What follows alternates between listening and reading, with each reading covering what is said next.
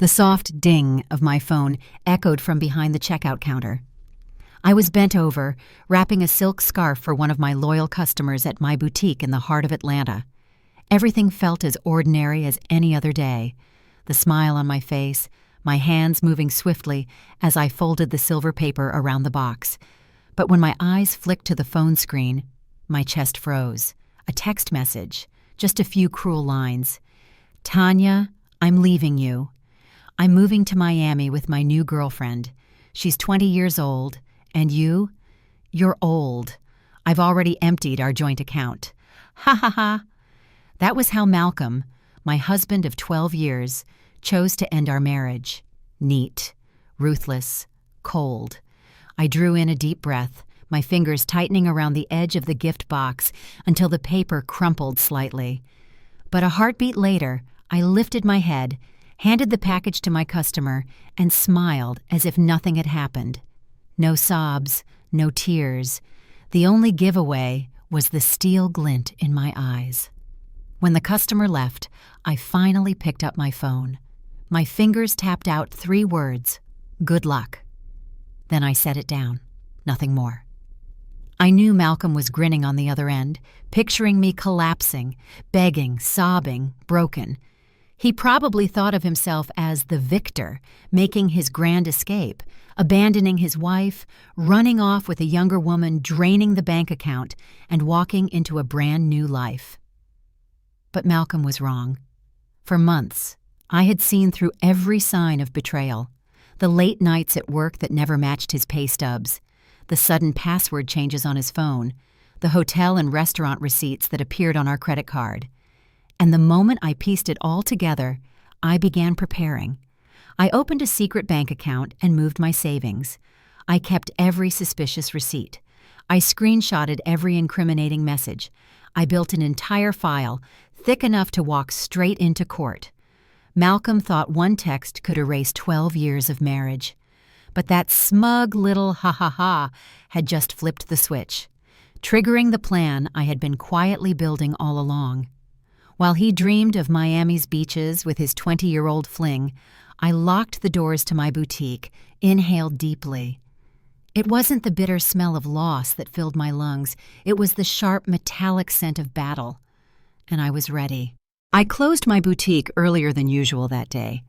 Outside, Atlanta glowed under the fading rays of sunset, but inside me it felt as if a storm had just torn through. Not because I wanted to cry.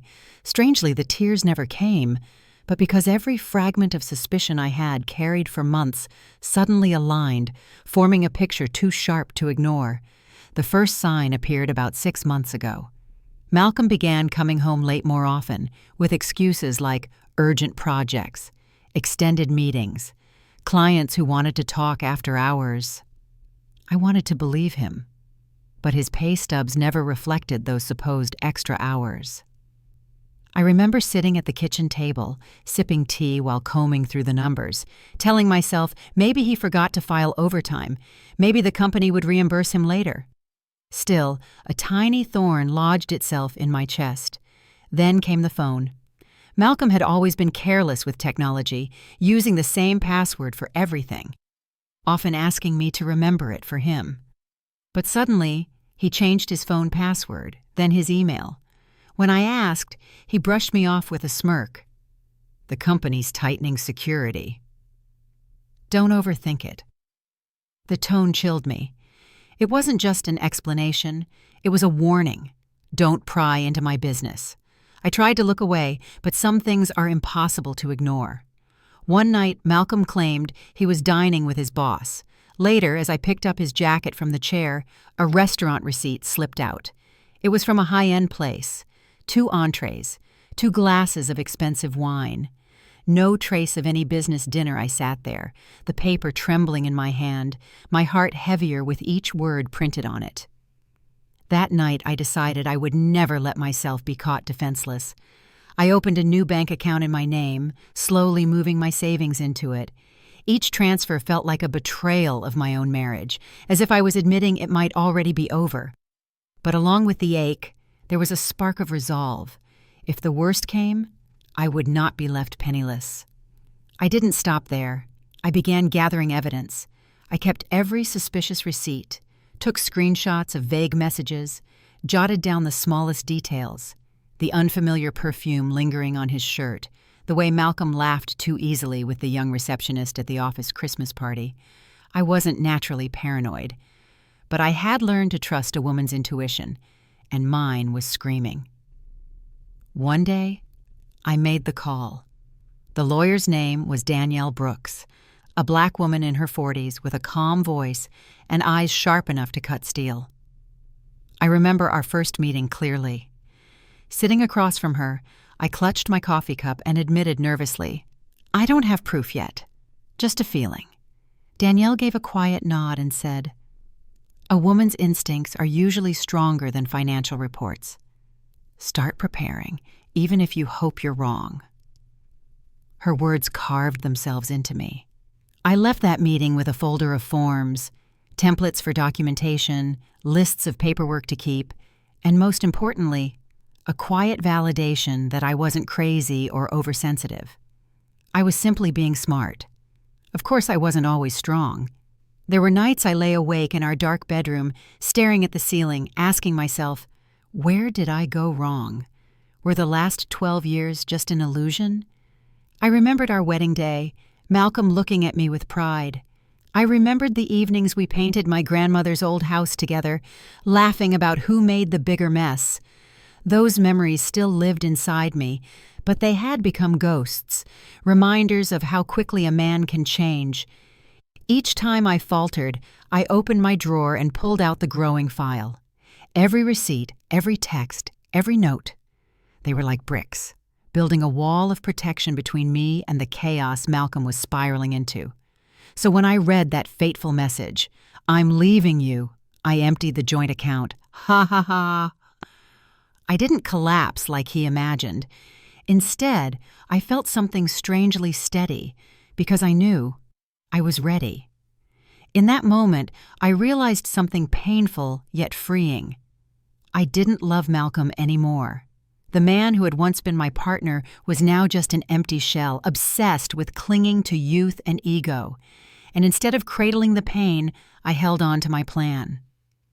When I locked my boutique that evening, I didn't feel like the abandoned wife. I felt like the one holding the reins.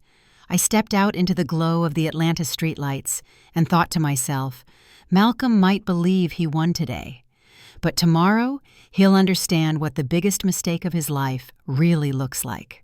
The next morning when I opened my eyes, sunlight streamed through the blinds just like any other day.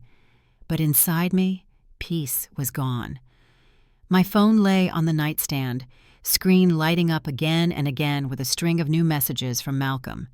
I didn't need to read them to know exactly what they said, half bragging, half taunting, dripping with condescension. I drew in a deep breath, deciding I wouldn't let a single text shake me. Still, I scrolled quickly through his arrogant words. "This must be hard for you, Tanya. But hey, at least you still have your little boutique to keep you busy. You're not young anymore. Melissa understands me in ways you never could," I smirked. Instead of hurting, those words felt like bricks Malcolm was laying over his own coffin. I snapped screenshots and dropped them into my growing evidence file. Then came another text that actually made me laugh out loud. "Oh, by the way, I used the joint credit card to book our first-class flights and hotel in Miami. Consider it my parting gift. LOLA parting gift." I immediately dialed the bank's customer service, my voice steady. "Hello, this is Tanya Robinson. I need to report fraudulent transactions and cancel a card right away." The woman on the other end quickly asked for details. I laid them out clearly. 2 first-class tickets to Miami, a reservation at the Royal Palm Hotel, all charged to the joint card. "Do you have proof these charges weren't authorized?" she asked. I glanced down at my phone and allowed myself a thin smile. "Yes. I have text messages from my husband admitting he used the card for a trip with his girlfriend. I can forward them to you now." There was a brief pause, then I heard the trace of satisfaction in her professional voice. "Thank you, ma'am. We'll cancel those charges immediately and remove your husband as an authorized user. You can rest assured." When I hung up, my chest felt lighter.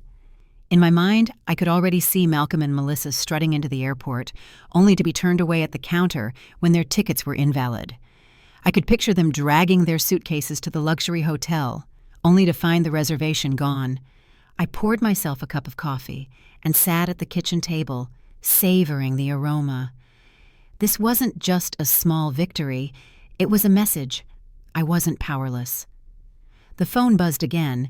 This time, Malcolm's tone had shifted, no longer smug, but panicked. "What the hell? Why won't the airline let us check in? Tanya, what did you do?" I chuckled, leaving the screen dark. Silence was my best answer. The less I said, the more unhinged he became, and the more mistakes he would make. By noon, I was sitting across from my lawyer, Danielle. Her sharp eyes glinted with approval. "He struck first, but that only helps us," she said. "His arrogance has handed us the evidence we needed. His own words, his own admissions, perfect." I placed the fresh screenshots on her desk. Malcolm bragging about draining the account, mocking me, flaunting his new girlfriend. Danielle nodded. "Excellent. This proves premeditation and financial misconduct. We can move for an emergency order to freeze his remaining assets." In that moment, I felt something stir inside me. I was no longer the abandoned wife bracing for disaster. I was the surgeon with the scalpel, peeling back every layer of his lies, calmly and deliberately. That afternoon, I returned to my boutique. The store was busier than usual. While I was unpacking a shipment of handbags, a loyal customer leaned in and whispered, "Tanya, I heard rumors about your husband running off with that young girl. Don't worry, we've got your back." I smiled, neither confirming nor denying. But inside, I knew the truth would spread. And with every gossip thread, every knowing glance, Malcolm's claim that my boutique was a meaningless little shop would crumble. Because this so-called hobby was actually my fortress, the empire he never understood. That night, back in the house my grandmother left me, still in my name alone, despite Malcolm's repeated attempts to get on the deed, I uncorked a bottle of wine and poured myself a generous glass. I looked around the rooms, filled with memories of laughter and love, and felt something shift. The house seemed to whisper encouragement. "Stand tall. It's time to strike back." Malcolm thought he'd discarded me to start fresh, but in truth, I was the one stepping into a new beginning. The next afternoon, while I was arranging a new shipment of silk scarves at my boutique, my phone rang. The name flashing on the screen was one I knew well, Gloria Robinson, my mother-in-law. I sighed softly, hesitated for a moment, then picked up. "Tanya, listen to me," she said, her voice carrying that same old authority. "I just spoke with Malcolm. He told me you deliberately ruined his trip to Miami with Melissa. You're taking things too far. After all, he is still your husband." I placed the phone on speaker, my hands still folding scarves, and answered calmly, "Mother, did Malcolm tell you that he emptied our joint account, then used our credit card to book first-class tickets and a hotel for himself and his girlfriend?" There was silence on the line. I smiled faintly and continued. "I have the messages, sent by his own hand, bragging that it was his parting gift. Would you like me to read them to you?" Gloria cleared her throat, her tone faltering. "Well, I suppose that did seem a bit cruel. But Tanya, do you really have to escalate this? People might say you're being vindictive." I folded the last scarf, looked out the boutique window where the afternoon light poured in, and replied, "Mother, I'm not escalating anything. I'm protecting what's mine. Malcolm chose to leave, and I'm not stopping him. But he doesn't get to take what I built." Another pause, then Gloria muttered awkwardly, "Do as you will. But I hope you don't turn this into a war." I hung up and shrugged. A war? Malcolm was the one who declared it, not me. A few days later, while I was checking emails in my office at the back of the boutique, a friend called. "Have you seen Melissa's Instagram?" I opened my phone. There it was. A story showing Melissa, face painted with heavy makeup, dragging a suitcase down the hallway of a dingy motel near the airport. Her shrill voice rang out. We were supposed to be in Miami by now. But thanks to someone, everything got canceled. What a bitter old hag. I laughed out loud. Words like bitter old hag didn't wound me.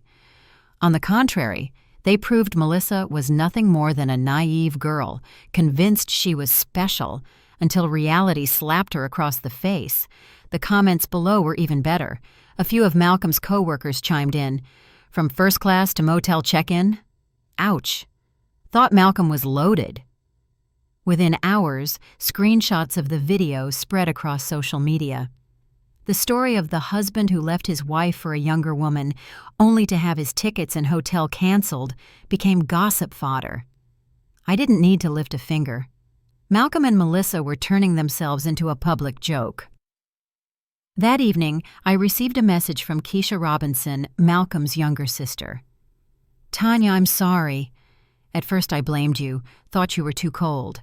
But today I overheard Malcolm bragging to his friends about how clever he was, draining the money and running off. I felt ashamed. I never imagined my brother would stoop this low. I stared at her words, a flicker of sadness crossing me. Keisha had once been close to me, helping me cook on holidays. I typed back simply, Keisha, don't blame yourself. Sooner or later, people show their true face. What I need isn't family wars, it's peace. The next day, my boutique buzzed with even more customers. Many whispered encouragements as they browsed. One loyal customer leaned close and murmured, Tanya, we've heard what happened. Don't worry, this shop is a symbol of pride for women here. We'll always stand by you. I smiled, squeezing her hand. In that moment, I realized this wasn't just my battle with Malcolm anymore. It had become a public lesson with eyes watching, waiting. And I had to show them. Women don't have to collapse in the face of betrayal. Meanwhile, Malcolm's situation unraveled further. The rumors spread fast until even his workplace caught wind. I heard his superiors summoned him into a closed-door meeting, questioning his relationship with Melissa, his subordinate. A former colleague texted me later. People are calling Malcolm the guy who got his tickets canceled. He turned red and stormed out of the meeting. I've never seen him so humiliated, I replied with nothing more than a smiley face. Sometimes revenge requires no effort. The truth itself can dismantle a man. That night I sat in my living room, flipping through my thickening evidence file. The deed to my grandmother's house, solely in my name. The boutique's incorporation papers, bank records showing my separate account. Beside them, a string of Malcolm's bragging texts. I made a few extra copies and forwarded them to Danielle, my lawyer. Her response came almost instantly. Excellent, Tanya. We're in a strong position. On Monday, I'll request an emergency order to freeze all assets. Malcolm won't be able to move fast enough. I leaned back, eyes closed, sinking into the sofa. Malcolm thought he was stepping into a glamorous new life. In reality, he was sliding deeper into public disgrace. And me? Instead of crumbling, I was slowly becoming proof of a greater truth. Never underestimate the silence and preparation of a woman. Monday morning, I walked into Fulton County Court, my heartbeat steady, my nerves surprisingly calm. The courtroom wasn't glamorous like in the movies, just white walls, rows of worn wooden benches, and the faint, musty smell of paper. But to me, it was a battlefield. I sat beside my lawyer, Danielle Brooks, while Malcolm entered on the other side.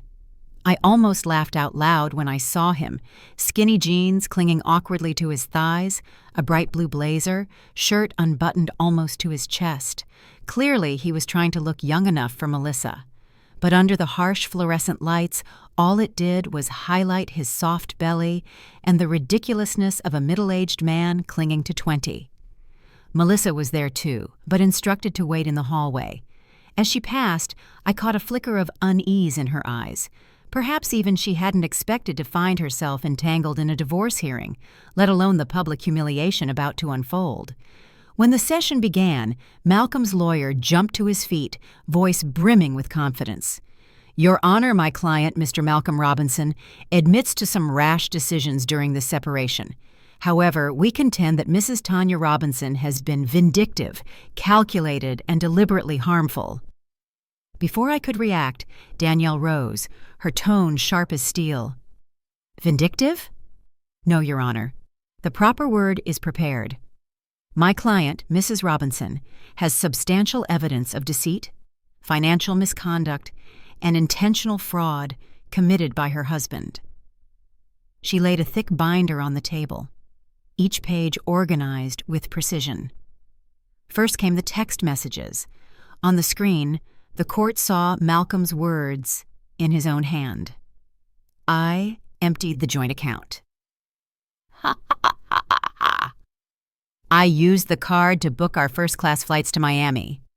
Your little shop will never succeed." The room buzzed. The judge frowned, flipping quickly through the pages.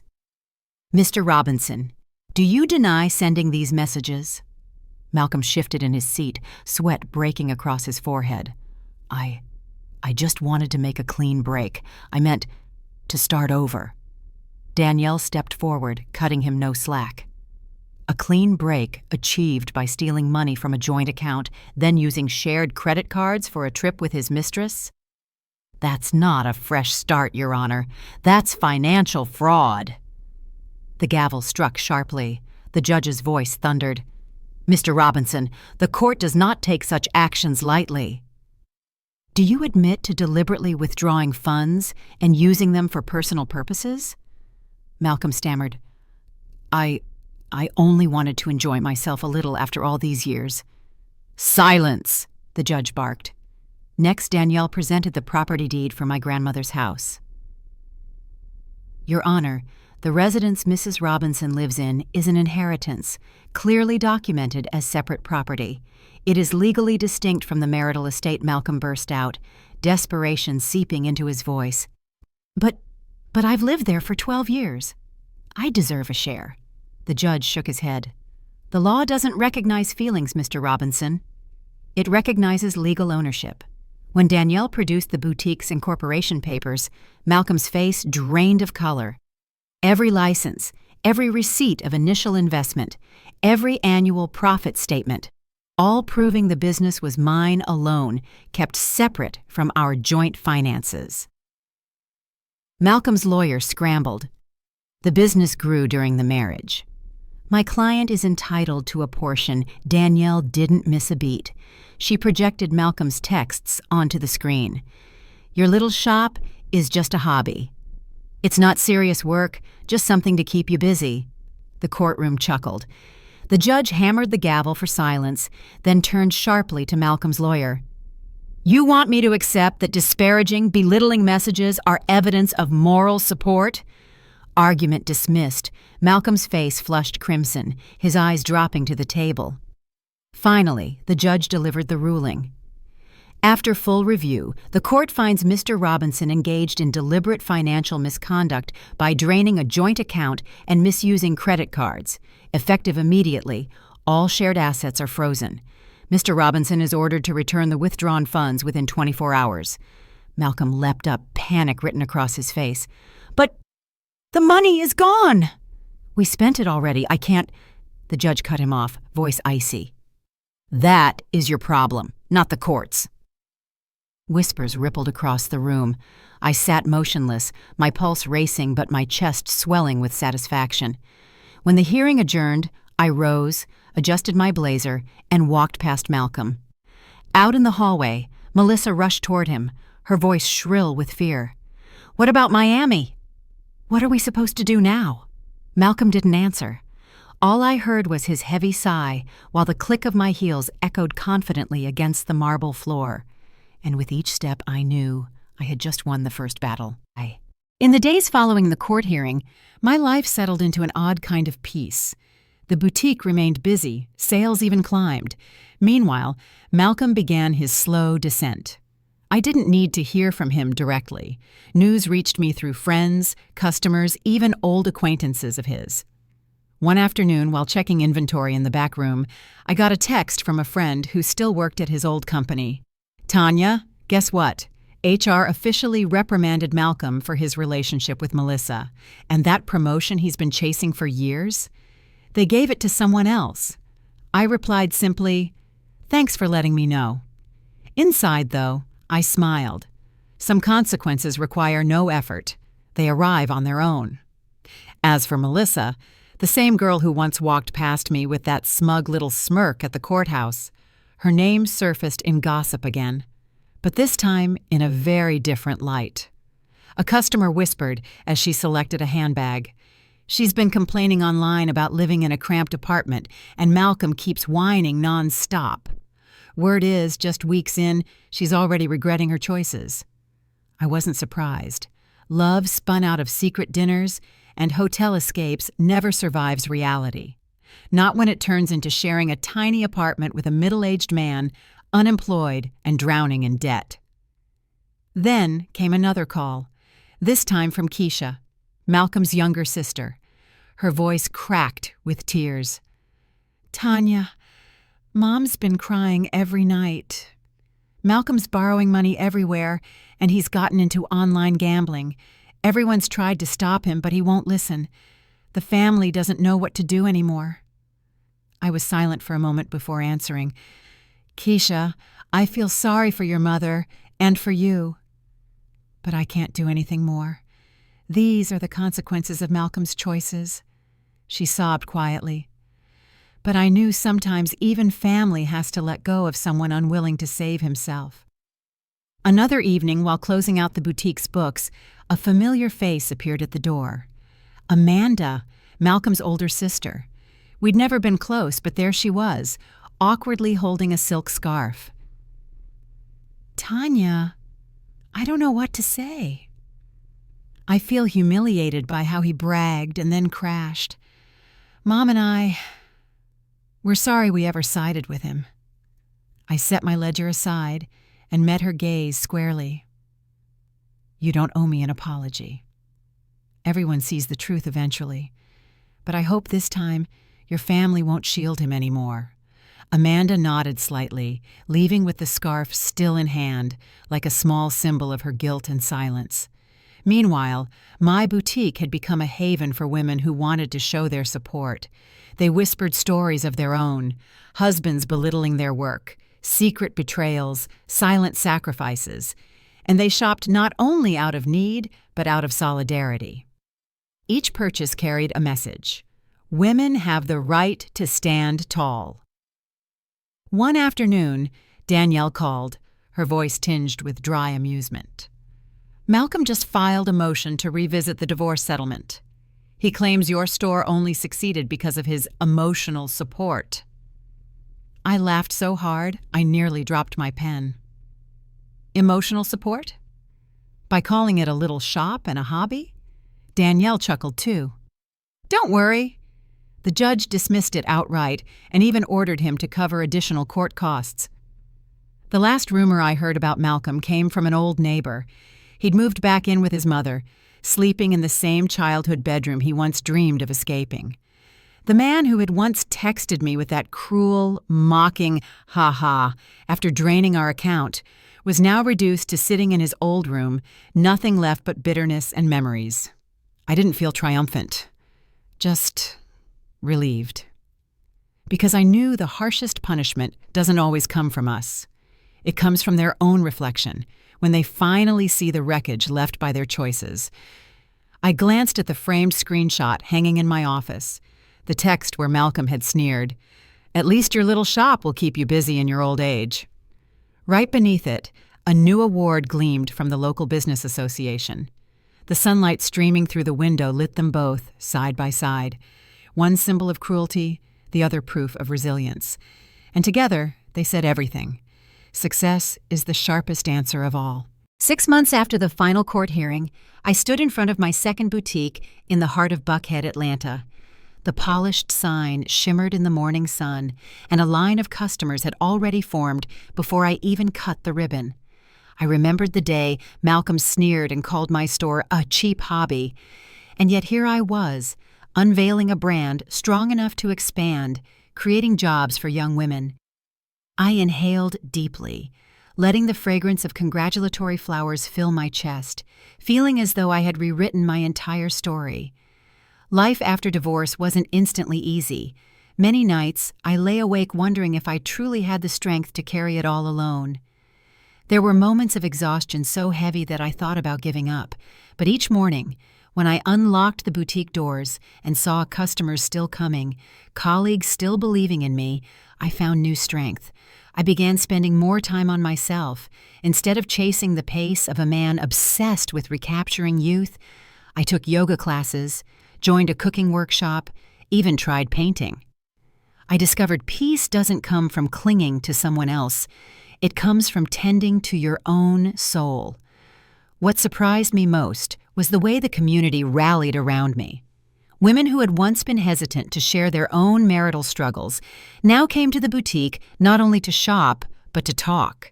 Young women asked how to separate finances, how to protect assets, and I always answered with the same truth. Preparation is never vindictive. It's protection. Those small conversations gradually grew into workshops held right inside the boutique. I realized the shop wasn't just about fashion anymore. It had become a space of empowerment, a place where women learned to rise from betrayal. One day, I received an invitation to speak at the Georgia Women's Business Conference. The topic, protecting your business and yourself through marriage and crisis. My hands trembled holding the letter. Once I had been ashamed to think of myself as the abandoned wife. Now, I was being asked to share as living proof of resilience. That day on stage, looking out over hundreds of faces, I spoke with a voice I barely recognized as my own. Someone once told me I only had a little shop. But that little shop fed me, protected me, and gave me strength to stand tall. If I had listened to the ridicule, I wouldn't be here today. So never let anyone else decide your worth. The applause thundered. Tears blurred my vision, not from sadness, but from pride. Meanwhile, news of Malcolm became nothing more than distant whispers. I heard he'd tried a few odd jobs, but couldn't hold them. Melissa had long since left, and other women steered clear after hearing the gossip. His world shrank to small rooms and pitying glances. I no longer found joy in his decline. My joy came from elsewhere, from watching my employees grow, from customers leaving the boutique with radiant smiles, from looking in the mirror each morning and seeing a woman stronger, freer. One late evening, as I locked up the boutique, a breeze carried the scent of jasmine through the street. I lifted my gaze to Atlanta's star-filled sky and thought, if I had crumbled under that cruel text, none of this would exist. But I hadn't. I turned betrayal into fuel. I rebuilt from ashes. And now I was no longer Tanya Robinson, the wife left behind. I was Tanya Robinson, the woman who rebuilt and rose stronger than ever. 2 years after that cruel text, I sat in the office of my flagship boutique, the place where it all began. On the wall in front of me hung 2 frames, one a screenshot of Malcolm's sneer, "At least your little shop will keep you busy when you're old," and beneath it, a certificate honoring me as one of Georgia's top 50 inspiring women entrepreneurs. Every time I looked up, I smiled. A sentence meant to belittle had become the very fuel that proved. A little shop can grow into an empire when the person behind it knows her worth. I thought back to the 5th anniversary celebration of the boutique.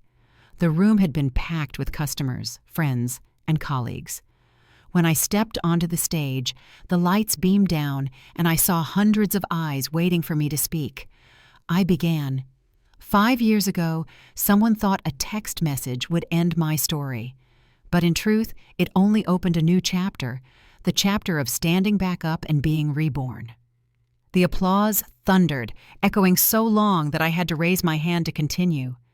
In the crowd that night, I unexpectedly saw Melissa, the girl who had once run away with Malcolm. She approached me after most had left, her voice soft. "Tanya, I owe you an apology." I believed everything Malcolm told me, that you were cold, that you had no dreams, that you were clinging to a little shop. But he used the same tricks on me. When the illusion shattered, I finally understood what you endured. I set down my glass, smiling calmly. Melissa, we all learn our lessons. Don't regret it. What matters now is choosing the right people and the right values to trust. Her eyes shimmered as she nodded and stepped back. I knew then that moment closed a circle, not with hatred, but with understanding. The community of women around me changed too. My boutique was no longer just a fashion space. It became a gathering place for conversations, where young women learned about financial independence, prenuptial agreements, and safeguarding their dreams. One day, a timid young woman admitted, "Miss Tanya, I want to open a bakery, but my boyfriend says not to bother, because once we marry, money is all the same anyway. What should I do?" I held her hand, meeting her gaze. Start it. Protect it as you would your own soul. Real love never fears independence. That's when I realized the legacy I was building wasn't just boutiques. It was belief that women have the right to build, preserve, and protect what is theirs. And Malcolm? The last I heard, he'd moved into a small apartment on the outskirts, drifting between odd jobs. Melissa had left long ago, and other women steered clear after the gossip spread. His social media still displayed an outdated photo with the line, "young at heart." But people said the spark in his eyes was gone. I didn't laugh. I didn't gloat. I simply saw it for what it was, proof that he had destroyed himself while believing he could destroy me. One evening, after closing the store, I sat alone in the quiet space. Next to me was the thick folder of documents, receipts, and texts I had once guarded like weapons. I ran my hand over them, then locked them away in the safe. They were no longer weapons. Now they were relics. Reminders that preparation had saved me, but resilience had carried me forward. 2 years, 3 boutiques, dozens of employees, and hundreds of loyal customers. I sat there, gazing into the mirror, seeing not a woman trembling from betrayal, but Tanya Robinson, strong, independent, and proud. The end? Number. Just the beginning of another chapter. Malcolm once thought he wrote the final line of my story with a cruel text. He never knew that very message had lit the fuse for a journey where I became the best version of myself. And that truly is the legacy I want to leave. That sometimes pain isn't the ending. It's the spark for a stronger beginning. So what do we take away from Tanya's journey? Sometimes what looks like the end is only the beginning. Betrayal may sting, but preparation, resilience, and self-belief can turn pain into power. Tanya didn't just survive. She built something greater than anyone imagined. If this story touched you, give it a like to help it reach more people who need to hear it. And don't forget to subscribe to Revenge Tales for more powerful stories of justice, resilience, and unexpected twists of fate. Thank you for watching. And remember, success is always the best revenge.